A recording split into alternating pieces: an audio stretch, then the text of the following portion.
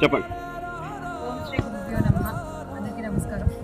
ముందుగా మా పార్టీ అధినేత జగన్మోహన్ రెడ్డి గారికి, అలాగే కడప ఎంపీ అవినాష్ రెడ్డి గారికి, బద్వేల్ నియోజకవర్గ ఎమ్మెల్యే సుధారాణి గారికి, ఎమ్మెల్సీ గోవింద్ రెడ్డి గారికి కూడా ముందుగా నా నమస్కారాలు తెలియజేసుకుంటున్నాను. ఈ రోజున కాశీనాయన క్షేత్రానికి నేను రావడం జరిగింది. ఎందుకు అనేది మీ అందరికీ తెలుసు. ఈ క్షేత్రంపై ఎలా దాడులు చేస్తున్నారు మీ అందరికీ తెలుసు, మీరు చూస్తున్నారు. నేను చూస్తూ ఊరుకోలేకపోయాను అంతే. అంటే అన్ని దానాల్లోకి అన్నదానం మహా అద్భుతం, మహా గొప్ప దానం అని మనం అందరం చెప్పుకుంటూ ఉంటాం. ఒక మనిషి ఆకలితో ఉంటే ఆ మనిషి ఆకలి తీర్చడం మన కనీస ధర్మం. ఆ ధర్మాన్ని గుర్తిరిగి ఆ ధర్మాన్ని ప్రజల్లోకి ప్రజెంటేలా చేసి అన్నదానం యొక్క గొప్పతనాన్ని ప్రతిపాదించినటువంటి కాశీనాయన క్షేత్రం పైన ఈ రోజు ఇలా దాడులు చేయడం మాత్రం తగినది కాదు అనేది నా అభిప్రాయం. ఎందుకంటే గతంలో కూడా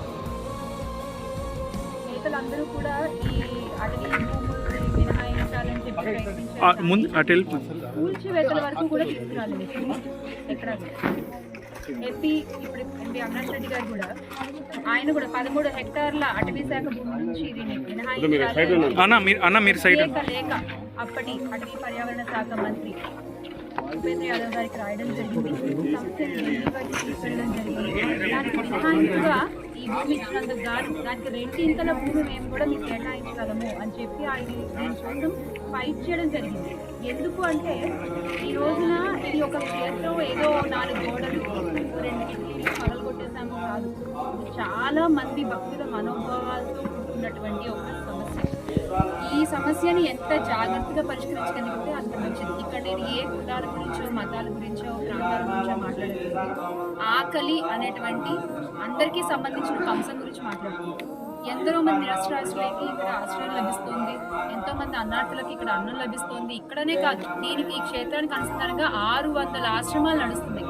ఆ 600 ఆశ్రమాలపై ఈరోజు మీరు ఇలా దాడులు చేపడితే అక్కడ ఉన్న వాళ్ళందరూ ఏమవ్వాలి? ఆ అన్నం తినే వాళ్ళందరూ కూడా ఎవరు నింపుతారు? ఒక్క రూపాయి ఆశించకుండా, ఒక్క రూపాయి తీసుకోకుండా అన్నీ ఉచితంగా ఇక్కడ ఇస్తున్నారు, ఉచితంగా. అందుకే ఇక్కడ నుంచి మనకి గవర్నమెంట్కి కూడా ఆదాయం ఏమీ రాదు. మేబీ అదొక కారణంగా దీన్ని ఏమన్నా పడతాయని చూస్తున్నారా? హిందూ ధర్మాన్ని పరిరక్షిస్తాను, నేను హిందూ ధర్మ పరిరక్షకుని అని చెప్పుకునేటువంటి పీఠాధిపతి